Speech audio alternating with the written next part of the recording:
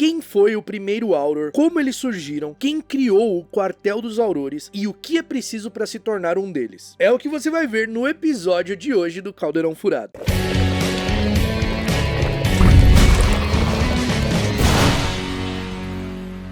Fala aí, bruxões, beleza? Ó, se chegou agora, deixa de ser trouxa, se inscreva aqui, ativa as notificações, deixa like, compartilha, comenta. Se você quiser, pode se tornar membro aqui do canal também, ter acesso a benefícios exclusivos, como selos que vão ao lado do seu nome, emojis pra usar aqui nos comentários, ou então você pode usar o botão valeu, e assim você dá uma contribuição aqui com o nosso trabalho. O mundo bruxo nem sempre foi como se conhece hoje em dia. O governo nem sempre foi da forma que é. O Ministério da Magia nem sempre existiu. Muito antes dele, o responsável por governar a comunidade mágica da Grã-Bretanha era o Conselho dos Bruxos. O Conselho dos Bruxos foi o órgão mais longevo a governar a comunidade mágica, existindo pelo menos desde 1340. Eles tinham um formato de assembleia deliberativa, e o conselho era liderado por um bruxo ou bruxa que era intitulado como chefe. Nessas assembleias, eles debatiam, apresentavam propostas e tomavam decisões em prol da comunidade mágica. Só que, claro, nem sempre essas decisões eram as melhores, né? Afinal, elas refletiam muito a época. Foi o Conselho dos Bruxos o responsável por promulgar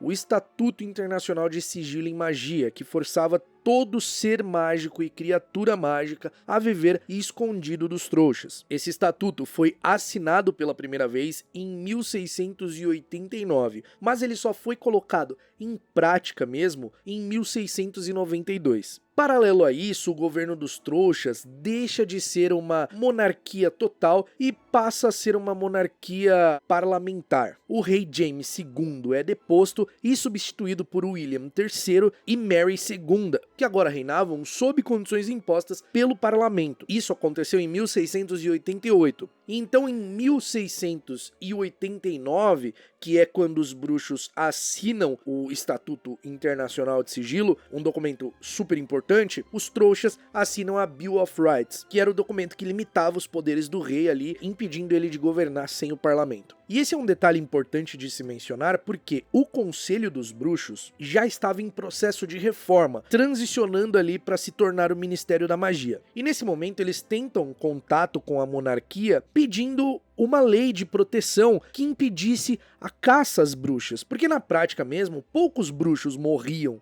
na caça às bruxas. O que mais acontecia eram trouxas serem confundidos ali e serem queimados, porque não tinha como escapar. Os bruxos mais experientes que eram capturados congelavam as chamas das fogueiras, faziam elas simplesmente fazer cócegas, como a Wendling, a esquisita, que inclusive se deixou capturar várias vezes pra fazer isso porque ela achava divertido. Assim, dos bruxos, os que morriam eram os jovens, em sua maioria, e os inexperientes. Então, como esse era um problema grande, os bruxos também viam como parte de responsabilidade deles que trouxas estavam sendo mortos por conta de magia que eles nem eram capazes de fazer. Então eles pedem essa ajuda à monarquia, que ignora completamente, e era justamente o rei William III e a rainha Mary II. Isso também foi um dos fatores que contribuiu para os bruxos criarem o Estatuto Internacional de Sigilo em Magia. Esses aqui são alguns dos nomes mais notáveis que ocuparam o cargo de chefe do Conselho dos Bruxos, na época que antecedeu o Ministério da Magia. O Barbarous Braid foi responsável por indiretamente criar a posição de apanhador no jogo de quadribol, porque ele simplesmente soltou um pomorim dourado durante uma partida, não tinha posição, que inicialmente foi chamada de caçador, e ele prometeu ali o prêmio de 150 galeões para quem conseguisse capturar a ave. Isso fez com que a ave fosse introduzida a todos os jogos, e então criou-se a posição de caçador, que mais tarde virou apanhador. Burdock Mundon foi um chefe que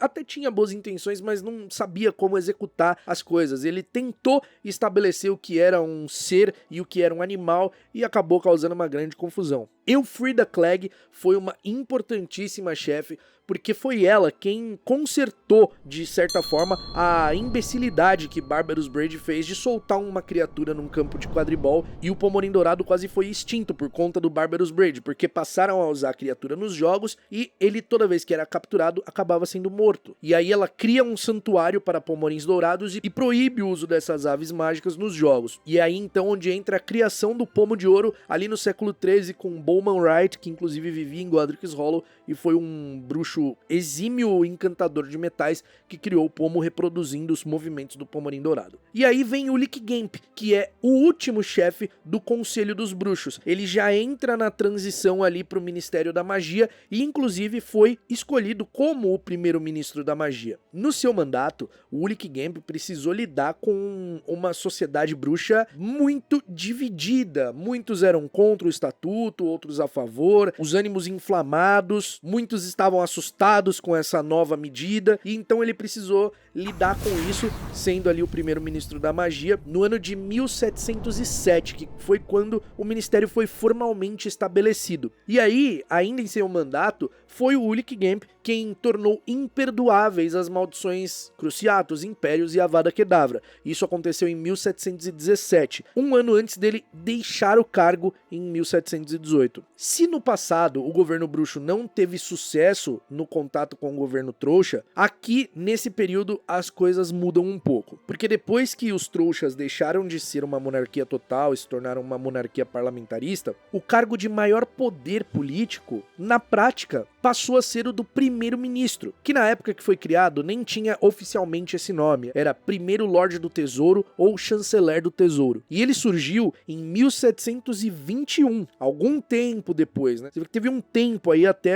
esse cargo ser criado. Então é aí que os bruxos conseguem um contato ali com o governo trouxa, mas dessa vez não para pedir proteção, e sim o ministro da magia entrando em contato com o primeiro-ministro trouxa para falar, olha, estamos aqui, existimos e nós temos nosso governo, se acontecer alguma coisa, a gente vai te avisar, alguma coisa que seja risco para o seu povo, nós vamos entrar em contato. E também o governo bruxo tinha ali a responsabilidade de fazer com que o governo trouxa, o chefe, né, do governo trouxa britânico, desinformasse o seu povo em relação a assuntos de magia. Então se acontecia alguma coisa, tipo, sei lá, um dragão fosse avistado, os bruxos entravam em ação, apagavam as memórias, modificavam ali as coisas com os envolvidos, mas o líder do governo trouxa precisava se pronunciar, se saísse do controle, ele tinha que contar alguma coisa ali, então ele inventava alguma coisa, sei lá, falava que era de brinquedo, tô só supondo, tá? Não tô falando que isso acontecia mesmo, que falava que era de brinquedo, mas era alguma coisa desse jeito, tinha que desinformar a pessoa, sabe? Tinha que passar uma fake news do bem ali pra não expor o mundo bruxo. Até porque também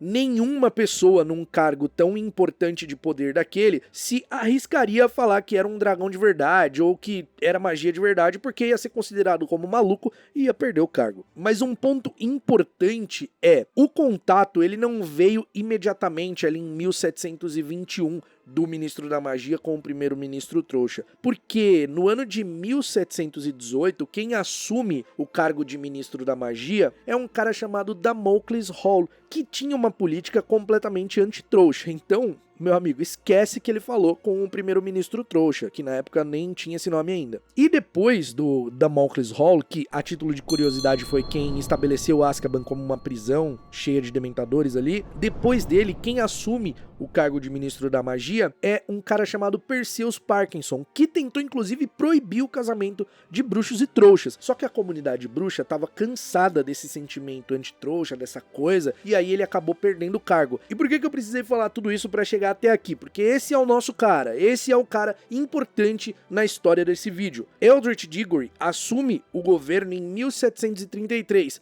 o Ministério da Magia em 1733, e porque muito provavelmente foi ele quem estabeleceu a conexão ali com o primeiro-ministro trouxa. Porque em 1721, quando o cargo de primeiro-ministro trouxa foi criado, a Downing Street ainda não era a residência oficial de quem ocupava o cargo, né? Porque o primeiro-ministro mora no número 10 da Downing Street, o primeiro-ministro trouxa. Todo ministro em exercício mora ali. Só que isso só aconteceu em 1735. E como Eldritch Diggory assumiu o Ministério da Magia em 1733, e a gente sabe que o ministro da Magia entra em contato com o primeiro-ministro trouxa, os antecessores do Eldritch Diggory tinham campanha anti-trouxa, não iam ter esse contato. Então é esse cara aqui que provavelmente estabeleceu esse contato. Isso pra vocês terem noção da importância dele, tá? Por que ele é importante nesse episódio aqui? Porque ele era um cara completamente decente, ele não tinha nada contra trouxas, não tinha políticas anti-trouxas, anti-mestiços, nada disso. E sim, antes que você se pergunte pelo nome, ele é um ancestral muito provavelmente de Cedrico Diggory. Então é ele quem provavelmente estabelece esse contato aí com o primeiro-ministro trouxa, e até hoje hoje, até os dias de hoje, no gabinete do ministro trouxa, tem o retrato do Ulick Gamp, que foi o primeiro ministro da magia, que foi o chefe do Conselho dos Bruxos, depois na transição se tornou o primeiro ministro da magia. E esse quadro é quem avisa o primeiro-ministro trouxa quando o ministro da magia em exercício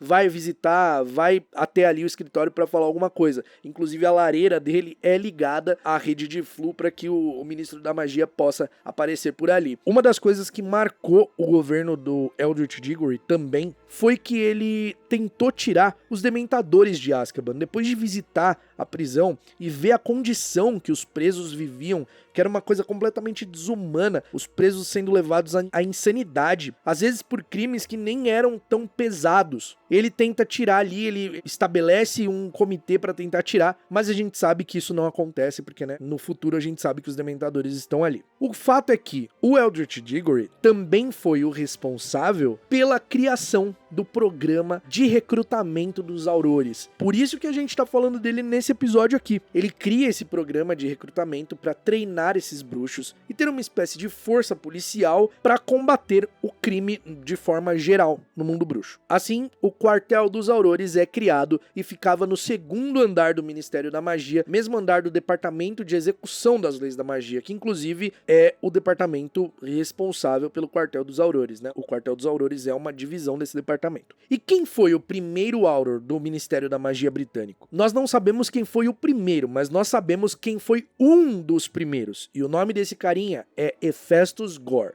A gente não sabe muito sobre o seu tempo como Auror, mas em 1752, depois de uma carreira aí de quase 20 anos como Auror, ele se torna ministro da magia. Ele é escolhido como ministro da magia. E como ministro da magia, esse cara foi bem truculento. Ele conteve com sucesso, né, a rebelião de duendes que se juntaram a lobisomens na época, mas ele fez isso de forma muito violenta. Então, o sucesso que ele obteve nessa repressão das rebeliões não foi assim um sucesso para todo mundo, foi para os bruxos que oprimiam esses outros seres. Enfim, ele era um cara bem combativo, mas ocupou ali o seu cargo e ele, entre outras coisas, promoveu corridas de vassouras, enfim. Inclusive tem um retrato do Hephaestus no Ministério da Magia, lá na seção de Aurores, e em algum momento de sua vida ele perdeu as duas pernas. Ao longo dos anos, o programa de recrutamento dos Aurores foi sendo aperfeiçoado, né? Porque nada nasce de uma forma perfeita, tudo vai sendo lapidado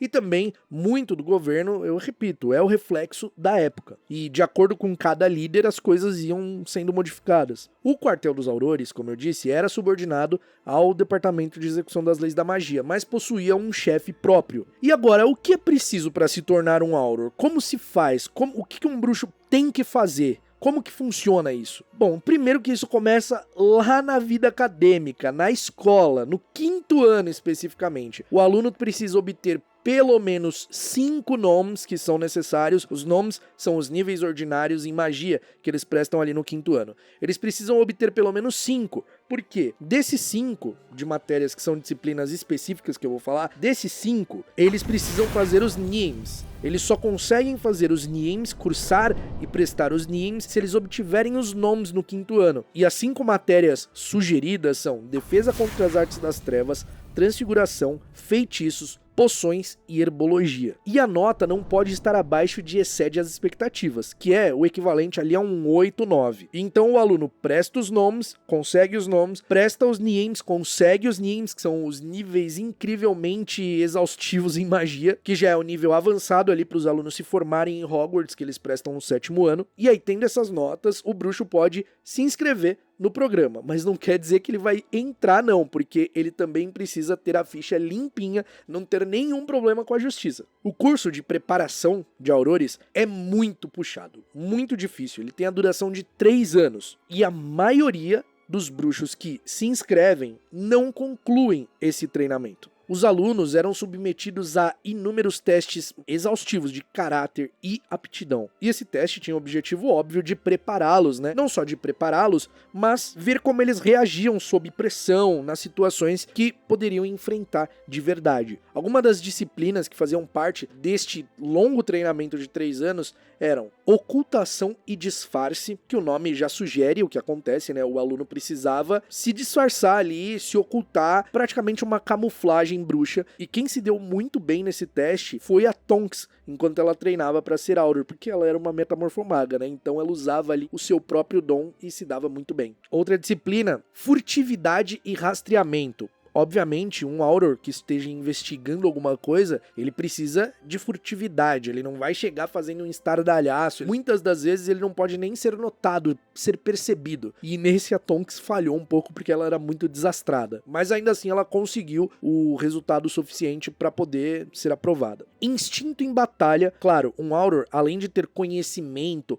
além de ter muito estudo, ele também precisa do instinto. E esse instinto é aflorado e treinado nessa disciplina. Planejamento elaborado também é para que eles desenvolvam táticas, aprendam a desenvolver táticas, né, para usar em operação. Duelos no escuro, nem sempre a condição que vai acontecer ali, um duelo contra um bruxo criminoso, vai ser favorável, então os bruxos precisam treinar diversas situações ali, e uma delas é o duelo no escuro. Deve ser incrivelmente maneiro, cara. Eu falando como se existisse, né, mas pensando no contexto, deve ser muito maneiro. Treinamento de campo é um treinamento mais abrangente no sentido de resistência, né, física, porque pensa que não, mas os bruxos precisam de resistência física. E outra coisa muito importante que eles aprendem é história das artes das trevas. Para você derrotar os seus inimigos, para você ter sucesso, você precisa ter uma base, conhecer a história do que eles utilizam. Então, é importante. E também tem uma disciplina no programa de preparação de Aurores que veio depois de um grande Auror que foi morto, né? E ele é conhecido como o método Olho Tonto.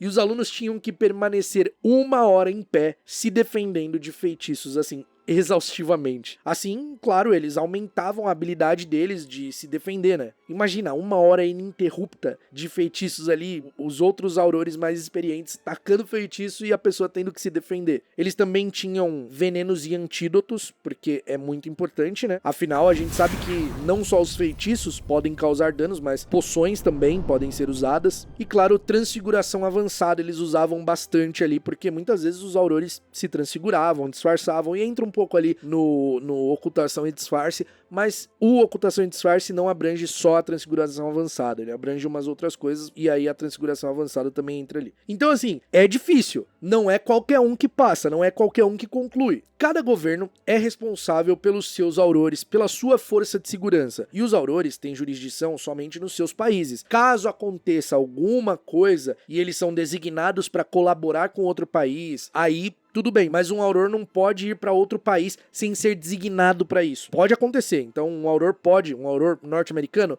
pode acabar indo para a Europa para investigar alguma coisa se ele for designado para isso pelo seu departamento, mas por conta própria assim não. Inclusive, em casos extremos, como foi na Guerra Global, onde o Grindelwald estava ali tentando dominar os trouxas, os aurores se juntaram, né? Tinham aurores ali do Reino Unido, tinham aurores dos Estados Unidos, aurores da França, todos eles unidos na tentativa de tentar conter o Grindelwald. Inclusive, o departamento de aurores do Macusa é mais antigo do que o departamento de aurores do Ministério da Magia britânico, porque o primeiro presidente dos Estados Unidos, o primeiro presidente bruxo dos Estados Unidos, que foi o Josiah Jackson, a prioridade dele era estabelecer esse recrutamento de aurores, porque especificamente na América do Norte, as coisas eram muito intensas. O crime era muito intenso, principalmente com os purgantes, que eram bruxos que caçavam bruxos em troca de ouro e se casavam com trouxas propositalmente para expurgar a magia de sua linhagem. E aí lá nos Estados Unidos, os primeiros aurores ficaram conhecidos como os 12 originais, né? Os 12 aurores originais, que foram os caras que entraram na história, assim, por serem os corajosos que se voluntariaram para isso, porque ninguém queria. E entre eles tinha um carinha chamado Abraham Potter, que no futuro os genealogistas bruxos descobriram que tinha parentesco com o Harry. Só que não pense que tudo são flores, porque, assim, os aurores respondem ao governo. Nem sempre o governo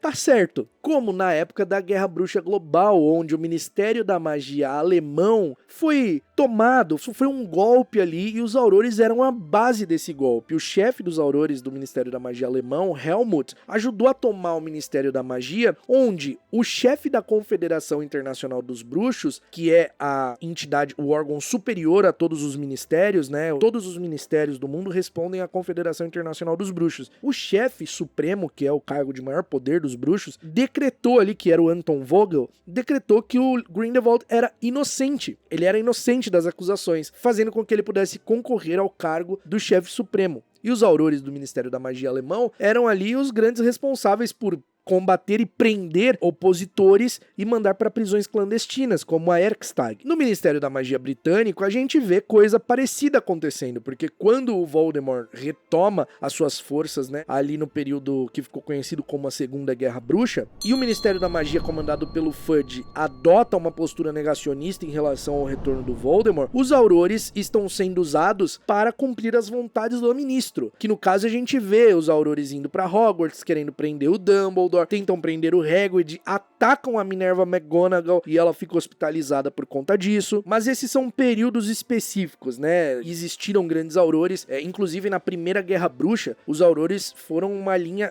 muito importante para combater os bruxos das trevas, os comensais da morte, para tentar combater o Voldemort ali. Só que mesmo tendo todo o treinamento, mesmo sendo preparado para aquilo, eles não tinham o conhecimento necessário para lutar contra o Voldemort, porque é uma coisa muito militarizada, assim, muito fechada, que não aceita coisas vindo de fora. Então eles acabavam não aceitando. Por exemplo, na própria era ali do Grindelwald, o Torquil Travers, que era o chefe do Departamento de Execução das Leis da Magia, ele mandava os aurores nas missões e liberava violência, tá ligado? Então essas políticas de repressão e violência dos aurores acabava inflamando ainda mais a comunidade bruxa, que caía no discurso do Grindelwald, porque o Grindelwald falava, não, nós somos os pacíficos, nós não somos violentos, é o próprio governo bruxo que é violento e que vem aqui e que mata as pessoas que estão atrás da verdade, que estão aqui querendo a liberdade, enquanto fora dos holofotes ele queria mesmo era dominar os trouxas, escravizar os trouxas e fazer um monte de barbaridade. No fim, os aurores acabam se tornando ali peões num tabuleiro de xadrez, enquanto os verdadeiros poderosos controlam eles. Só que, claro, existiram grandes aurores, a maioria ali eram pessoas que lutavam mesmo pelo bem, que lutavam contra essas coisas. Um dos maiores nomes entre os aurores com certeza foi Alastor Moody. O cara simplesmente era imbatível. Ele encheu Azkaban na época da Primeira Guerra Bruxa. E a carreira dele como Auror custou alguns membros do seu corpo, né? Ele perdeu uma perna, perdeu um olho, perdeu um pedaço do nariz. E depois que se aposentou, ele ficou bem paranoico. Não à toa, né? O Alastor Moody foi mentor da ninfadora Tonks quando ela estava ali no seu programa de treinamento de aurores. E a Tonks foi uma das únicas a se formar como Auror ali depois da Primeira Guerra Bruxa, né? A maioria não conseguiu concluir o curso. E aí nós voltamos ali pro período da Segunda Guerra Bruxa, não no período negacionista do governo, porque o governo acaba caindo quando o Voldemort é constatado como real, né? Como o retorno dele é constatado como real. Então, o Rufus Scringer, que era o chefe do Departamento dos Aurores na época, assume o cargo de Ministro da Magia, porque o pensamento do governo é, ele é chefe dos Aurores, então ele sabe lutar contra as artes das trevas. Ele vai ser Ministro da Magia. Não teve uma votação, ele foi e assumiu o cargo direto, porque em tempos de crise essas coisas acontecem mesmo ali no mundo bruxo. E aí, ele como Ministro da Magia fica pouco tempo, é assassinado e o Ministério da Magia é tomado. O Piles Tickness, que era o chefe do Departamento de Execução das Leis da Magia, sofre ali uma maldição impérios, os Comensais da Morte vão fazendo uma rede infiltrada no Ministério da Magia, matam o Rufus Scringer e então o Piles Tickness assume o ministério como um ministro fantoche, porque quem comandava tudo era o Voldemort mesmo e os Comensais da Morte. Então o Corbin Yaxley assume o Departamento de Execução das Leis da Magia e surge a Comissão de Registro dos Nascidos Trouxas, a fim de oprimir os nascidos trouxas, né, a fim de torturá-los, de prendê-los e simplesmente fazer uma campanha mentirosa de que nascidos trouxas eram capazes de roubar magia. Nesse período, o quartel dos Aurores é fechado. Ele simplesmente é fechado. Alguns são mantidos no Ministério da Magia, como Kingsley Shacklebolt, Ninfadora Tonks, porque eles queriam manter por perto, para vigiar, porque sabia que eles tinham alguma ligação com a Resistência. E aí foi só ali depois da queda do Voldemort, né, quando ele foi definitivamente derrotado na Batalha de Hogwarts, e o Ministério da Magia mudou, teve uma nova cara, o Kingsley Shacklebolt assume o cargo de Ministro da Magia, e então as coisas mudam. O Kingsley revoluciona revoluciona ali a forma de governar o Ministério da Magia, ele erradica leis que favoreciam campanhas pró-pureza de sangue e junto com um novo time ali, uma nova equipe em cargos específicos, ele acaba fazendo essa grande reforma. E ele reabre o quartel dos Aurores e traz quem lutou na Batalha de Hogwarts. Ele afrouxa um pouco ali o programa de recrutamento dos Aurores, ele deixa menos rígido e declara que qualquer um que tivesse lutado na Batalha de Hogwarts, que tivesse sobrevivido à Batalha de Hogwarts sem ceder à tentação de mudar de lado e fosse maior de idade, obviamente, era completamente apto para participar do treinamento de Aurores. Então nisso vai Harry Potter, Ron Weasley, mesmo sem terminar a escola, mesmo sem concluir a escola e sem obter os Niens, eles vão ali pro recrutamento, Neville Longbottom vai pro recrutamento, e o Ron e o Neville ficam pouco tempo ali, o Neville fica pouco tempo, depois ele se candidata à vaga que abre em Hogwarts de professor de herbologia e é aceito, e o Ron fica ali no período de 2 anos e depois se aposenta e vai ajudar o seu irmão George na Genialidades Weasley, ele acaba gerenciando a Genialidades Weasley junto com o seu irmão. Já o Harry faz sua carreira no departamento de Aurores. Em 2007 ele se torna o chefe do departamento de Aurores e em 2014 ele ostentava uma cicatriz na bochecha, uma outra cicatriz que ele ganhou ali em sua carreira ao longo do período em que ele lutava contra as artes das trevas sendo um Auror. Várias vezes tentaram perguntar ali, tentaram arrancar informações de como ele conseguiu essa cicatriz, como a Rita Skeeter, por exemplo, só que o Harry declarou que, como ele já tinha falado 542 vezes, os assuntos dos Aurores não eram revelados, não eram compartilhados com o Profeta Diário, principalmente com a Rita Skeeter. Então lá em 2020, depois de quase 20 anos de carreira, o Harry é promovido de chefe do Departamento dos Aurores a chefe do Departamento de Execução das Leis da Magia, que é praticamente o cargo mais alto antes do Ministro da Magia, que na época era Hermione Granger, que era a ministra, né? No programa de Aurores, no quartel dos Aurores, o Harry também revolucionou. O Harry e o Ron, eles revolucionaram ali a forma que o programa acontecia e eles acabaram com a corrupção ali no quartel dos Aurores. Enquanto Kingsley Shacklebolt, que restabeleceu o programa dos Aurores depois da Segunda Guerra, conseguiu tirar os Dementadores de Azkaban e substituir os guardas, né, da antiga prisão por Aurores. Ou seja, ele tem uma certa ligação ali com o Eldritch Diggory, porque o Eldritch Diggory tentou tirar os Dementadores, mas ele não conseguiu porque o comitê que ele estabeleceu ficou ali, ele morreu no cargo, ele contraiu varíola de dragão, ele morreu no cargo e aí não foi pra frente. Inclusive, tem uma suspeita de que essa morte dele aí por varíola de dragão, na real foi uma galera querendo tirar ele ali do poder, porque ele era muito pró-trouxa, sabe? E então o Kingsley Shacklebolt consegue, ele restabelece o programa dos Aurores, que foi estabelecido pelo Eldritch Diggory, e ele consegue concluir o que o Eldritch Diggory tentou lá em 1733, que foi tirar os Dementadores de Azkaban. Ele consegue isso lá só em 1998. Mas não pensem que existem somente os Aurores como força de segurança no mundo bruxo. Não. Muito antes dos Aurores, inclusive antes do Ministério da Magia existir, já existiam os bruxos de elite, que são pouquíssimas vezes mencionados, mas eles são bruxos que participam de ações muito extremas, como a captura de Sirius Black, por exemplo. Os bruxos de elite fazem parte do Esquadrão de Execução das Leis da Magia. Esses bruxos são treinados ali para lidar com situações extremas, e eles existem antes da fundação do Ministério, eles vêm lá do Conselho dos Bruxos, como uma parte do Conselho dos Bruxos que também se manteve ali na fundação do Ministério, que é a Suprema Corte dos Bruxos. A Suprema Corte dos Bruxos, ela já fazia parte do Conselho e existe até hoje, né? O Departamento de Execução das Leis da Magia também foi ali o primeiro departamento criado, e aí a Suprema Corte dos Bruxos e os Bruxos de Elite vieram dessa era de governo aí antes do Ministério da Magia. Mas eles são pouquíssimas vezes mencionados e eles são chamados às vezes como reforço